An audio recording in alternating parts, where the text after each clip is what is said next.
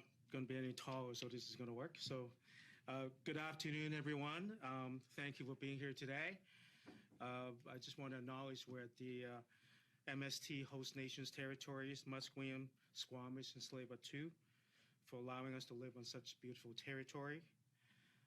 I want to start by recognizing the victims' families impacted by the tragic incident at Lapu-Lapu Festival. It's been described by, I think, the Vancouver Police Chief as one of the darkest days for Vancouverites.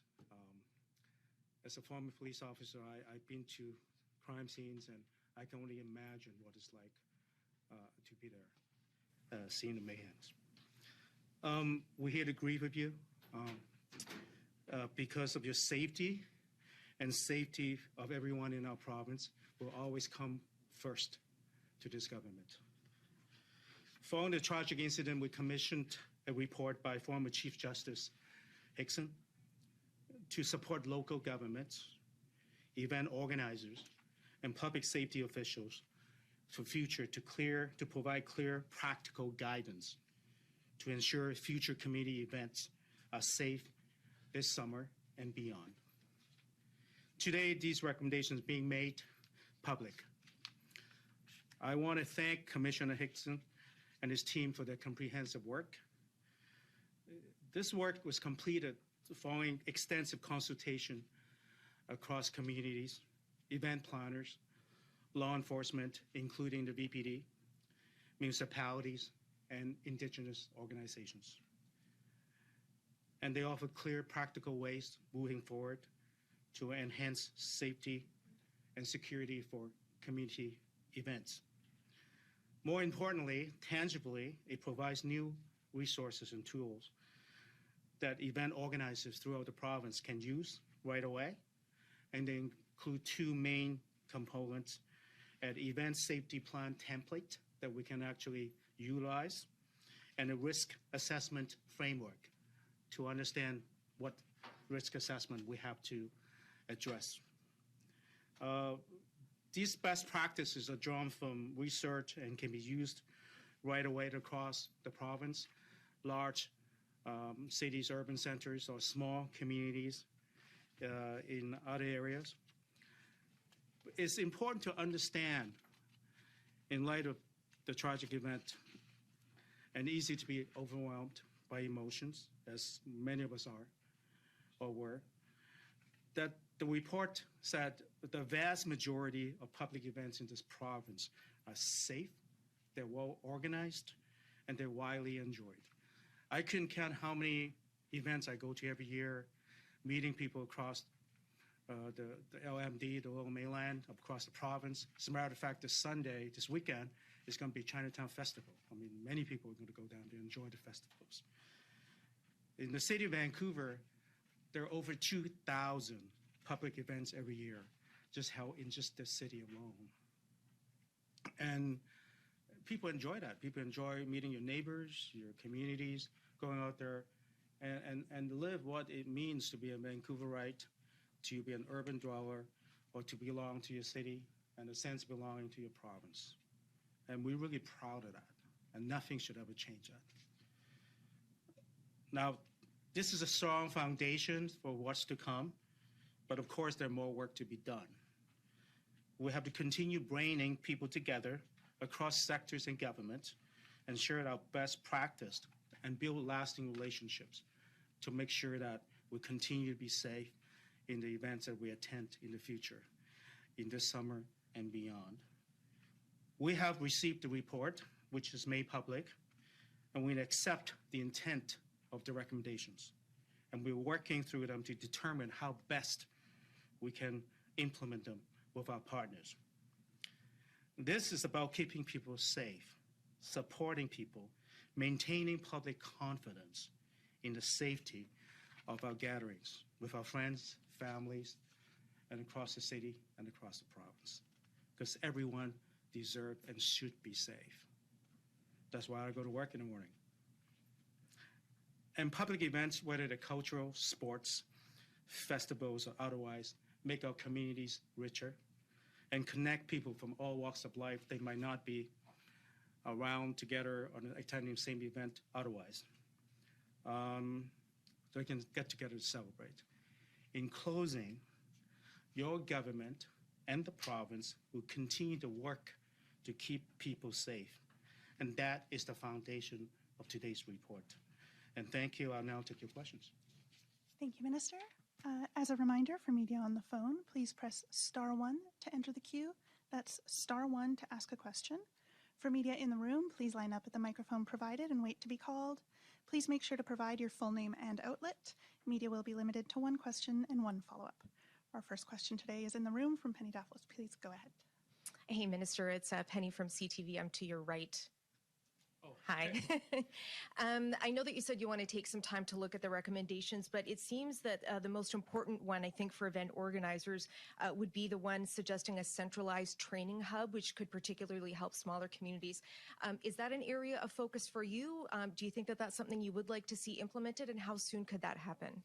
Like I said before, we accept the intent, all the recommendations. There are no big surprises, and they make a lot of sense. So we just have to work with our partners to see how best to implement them within a time frame that's going to be acceptable and tangible to everyone out there. I know that this was all prompted by the Lapu Lapu Festival tragedy, yet there's nothing really that mentions it in particular in this report. It was specifically excluded because of the court action. Does that mean we should expect further probes into that particular event, or do you think that this is going to be sufficient? Well, firstly, I commend the City of Vancouver, in conjunction with the Vancouver Police Department. They commissioned a report to look at the specific incident. The intent of this commission is look at a larger context of the province-wide, not just in the City of Vancouver, not just this event, to look at how can we make future events safer in the context of different municipalities, different scale. Obviously, for example, Pride Parade is going to be a lot bigger than a neighborhood parade in Prince George. So we can apply some of the same lessons learned, but they're not going to be universal. So we're going to have to make sure it's not one size fits all. But this is a larger context of how do we make events across the province safer in future. For our next question, we're staying in the room. Go ahead. Hi, Minister. Joe Sadowski with City News Vancouver. In the report, you mentioned that growing costs of security for events is a concern, specifically for smaller events and public gatherings. Is the BC government going to be implementing a support system for that rising cost and security to ensure that they can feel safe at their gatherings as well? Again, we accept all the intended recommendations. We're going to have to take a look at the implications, what they are. Of course, we're going to do everything we can to support the event organizers. That's why we consulted with extensive event organizers across the board, not just in Vancouver, the LMD, the Lower Mainland, but across the province to look at what their needs are going to be. Absolutely, we're going to have to find a way to make sure that any gaps that we might find out later on by implementing these recommendations are going to be filled. And you mentioned that you want to restore confidence in the people of British Columbia to make sure that they feel safe coming to public gatherings. Is this report enough, and what more needs to be done to make sure that the people of BC feel safe when they go out to these large-scale events? Well, that's where you can come to help. I mean, as I mentioned before, there are over 2,000 events in the city of Vancouver every year. Majority of them don't even get coverage. I mean, obviously, it's your neighborhood events. And by the report, it said vast majority of them are well-attended, well-organized, and they're safe.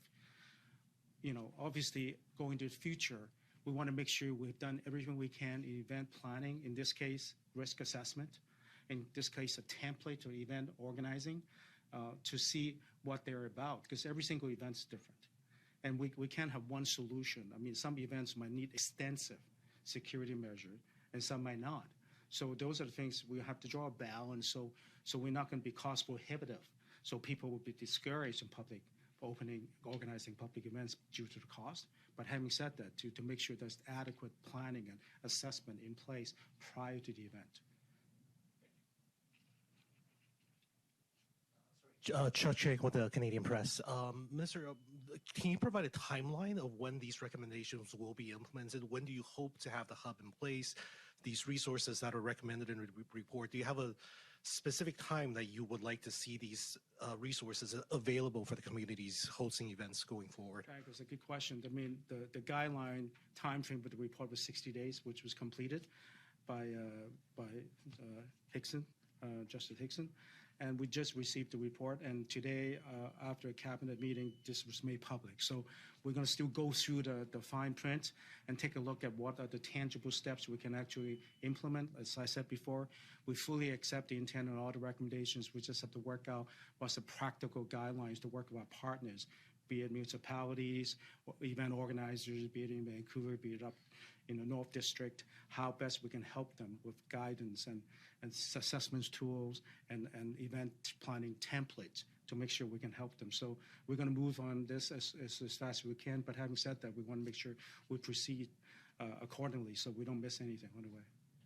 And Minister, the recommendations don't have any requirements for local governments or festival organizers to use these resources, merely providing these resources. How confident are you that, you know, in places that festival organizers, municipalities are going to take the province up on these resources in terms of ensuring better safety measures going forward when there's no requirements for them to do so?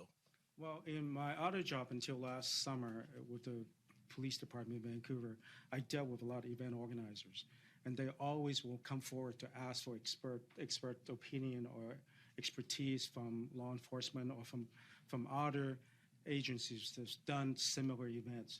So I'm pretty confident the majority of them will come out and actually ask for help or assistance or advice. If not, I mean, you know, we can always try to be proactive, but it's kind of hypothetical. But I think I would say, given the resources being offered out there for people to plan a safe event, I can see most event organizers say, well, I don't really want to go through the additional step to ensure that the events are going to be safer. Hi, Minister Young. Kristen Robinson, Global News. Why weren't City of Vancouver leaders and VPD leadership allowed to or asked to provide insight, specific insight into the Lapu Lapu Day events to inform Mr. Hickson's report? Well, as I said before, there are two parts to that question. First part is, this is a provincial-wide commission, not just to this event. Obviously, it's the aftermath of this tragic incident. The Vancouver Police Department was consulted by the commission. I can give you the specific names later on to make sure this commission's report is informed. I look at the list of names. Other municipalities been in contact. They actually followed extensive consultation for all the event organizers, all the stakeholders. So it's an extensive list. I'll be more than happy to provide that list to you. Why, I mean, just so the public will know, why is, you know, like Chief Constable Steve Rye, why isn't Ken Sim, why aren't they standing with you here today? And my follow-up question is, the VPD already has specific protocols in place for large event safety. Why isn't the province doing a public inquiry into the Lapu Lapu Day events? Well, like I said, the intent of this commission is to find recommendations how to hold events across the province, big and small, big cities or small towns, in a safer manner. Now, this is not a inquiry into this particular event. Obviously, it's, as I said before, following the aftermath of that. I know the City of Vancouver and the VPD had released a report. They look at the incident in question. And the scope of this is a little wider. It's province-wide. Justice Hickson is actually looking at how we can learn from this and how can we provide valuable resources. I can assure you, members of VPD was consulted by the commission. I can provide you the details later on.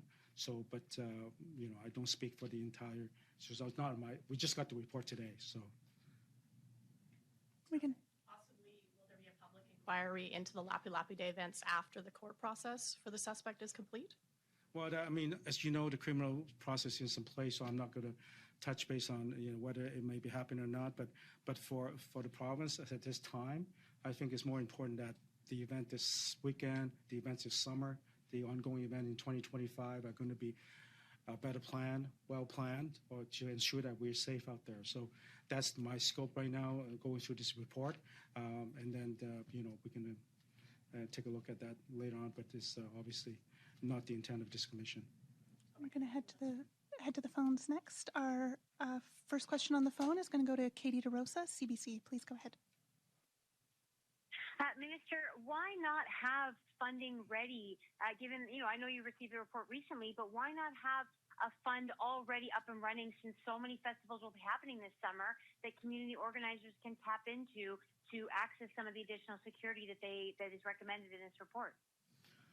It's a good question. I mean, as I said before, we accept all the intended recommendations. So when the specific ask or tangible ask comes about specifically to a different event or a specific event, we'll always take that into consideration. So it's hard to really predict what's coming out, but rest be assured that your province, your government is going to make sure that all future events are going to be planned for safer attendance and for people to come and enjoy themselves without fear of something tragic going to happen.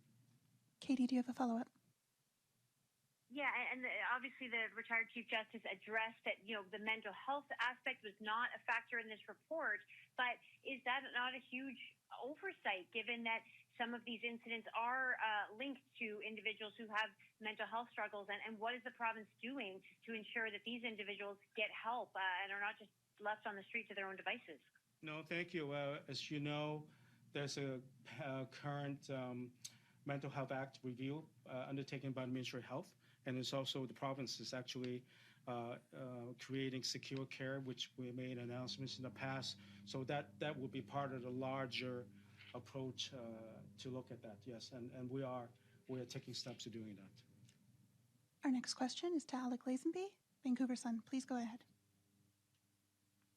Hi, Minister. One of the things that Justice Hinkson says in this report is that no matter how much planning and preparation there is for these events, it can never be known when on a tragedy like what happened at the Lapu-Lapu Festival is going to occur. Like these vehicle attacks, it's not a one-time thing. It happened around the world. Specifically for planning for those events, have you given any thought into what changes might need to be? Well, I mean, adhering to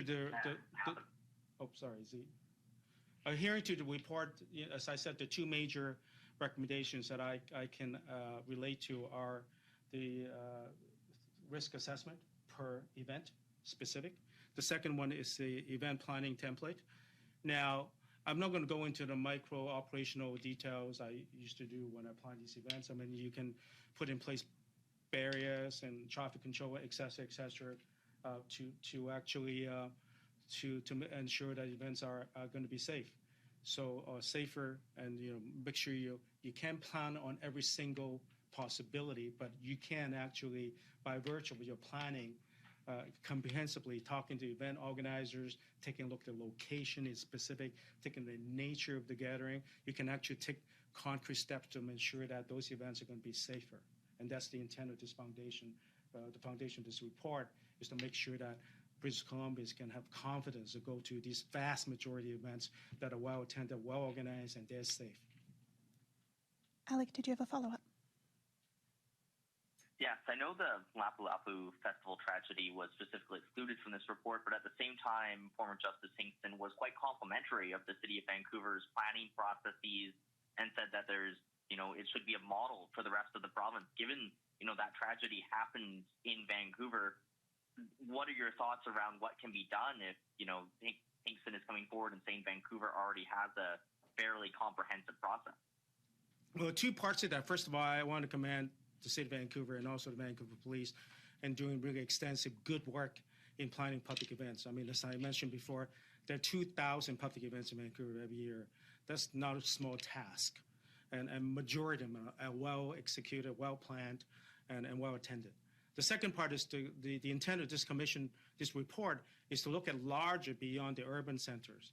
So for smaller communities across the province, be it a bigger scale, it might not be 4,000 people, 10,000 people, 100,000 people, like the Celebration of Light, but on a smaller scale, what can we glean from this report on risk assessment per specific for event, or from the event planning template? What can be used right now to help other people and provide us a baseline of professional guidance so they can actually use that to plan?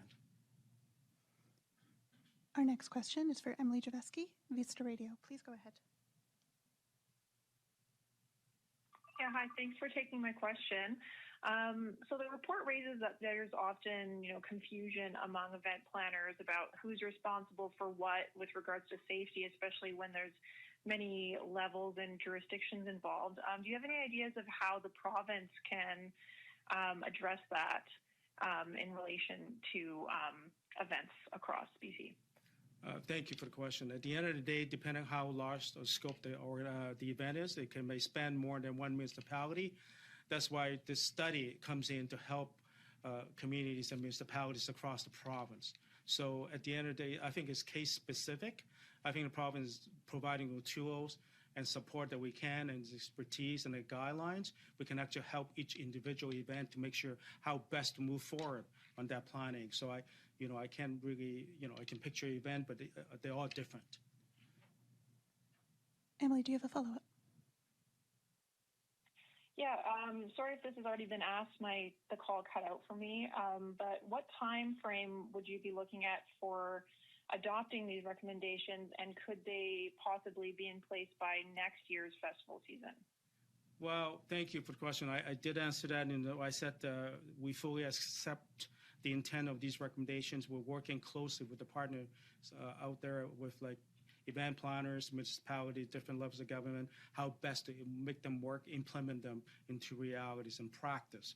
So we're hoping to do this as soon as we can, and for future events this summer and in 2025 instead of looking in 2026, because it's never too soon to actually plan effective and safer events for the public to attend, because I'll be going to a lot more events this year, and I want to make sure that we plan those accordingly so your family, your friends, your loved ones, and yourself can go with confidence that you can attend these events and enjoy yourself, be part of the community.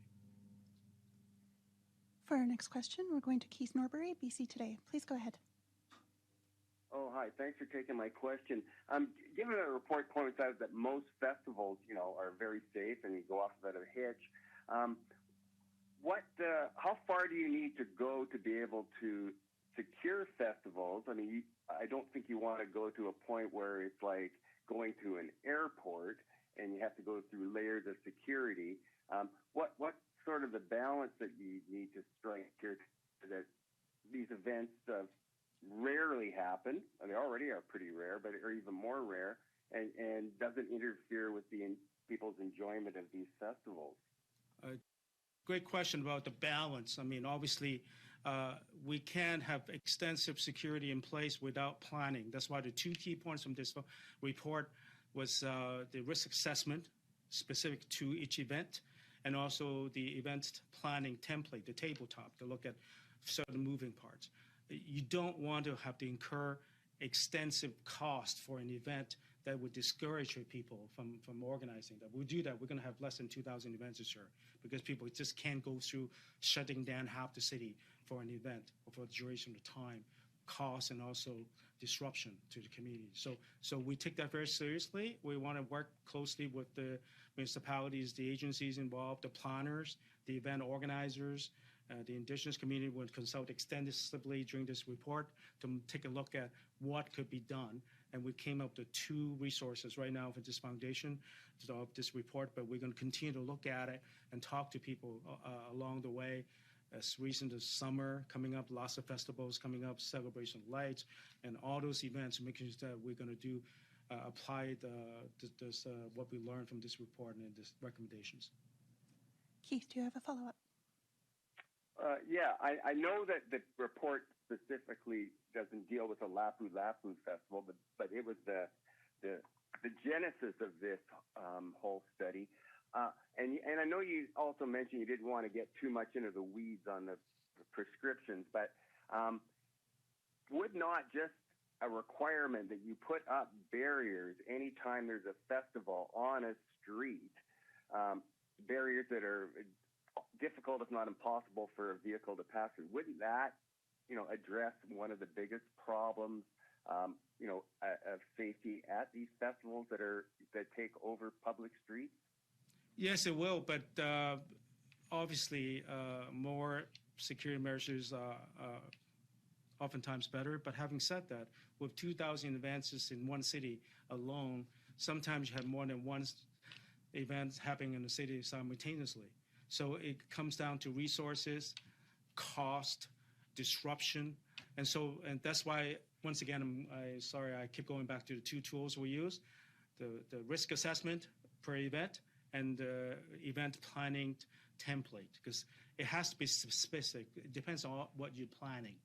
And when I'm planning a book sale, I probably don't have to put barriers everywhere, half the city. So I'm just, for an example, putting in context. So you're right. I mean, more security measures the better, but it has to be specific and applicable and appropriate to what you're trying to hold.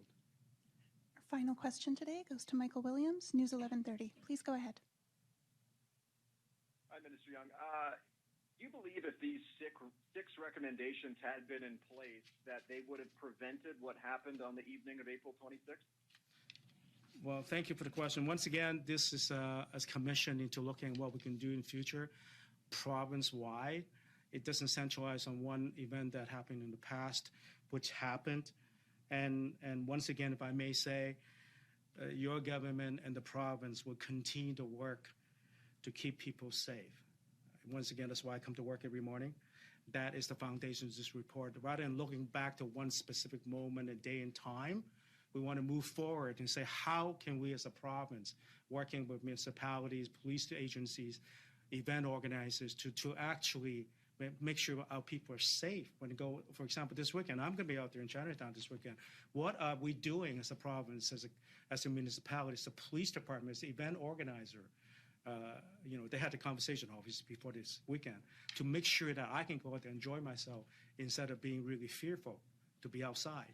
And that is why we're here today. And that's the foundation of this whole report, not to look at one moment in time in the past, which we cannot change. I can't speculate what could have happened, but what we can do in future to make us all safer. Thank you. Michael, do you have a follow-up? Yeah, and Minister Young, just want to clarify something. You're saying, or you said earlier, you just received the report today. Is that correct? The report was, I saw this report yesterday. Obviously, it just got released, and it went through to the cabinet, and then it was released to the public today. So, yeah, I mean, within the last 24 hours. So is there a reason why you weren't privy to seeing it? I mean, the province said it had already begun reviewing it in late June. I'm just trying to figure out why you weren't able to get your eyes on it sooner. Well, I mean, I had some ideas what the recommendation is about, but I haven't actually read the report. There's so many different reports out there, but I did review it at meeting today to make sure that it's being released in its entirety to the public. That's all the questions we have for today. Thank you, everybody.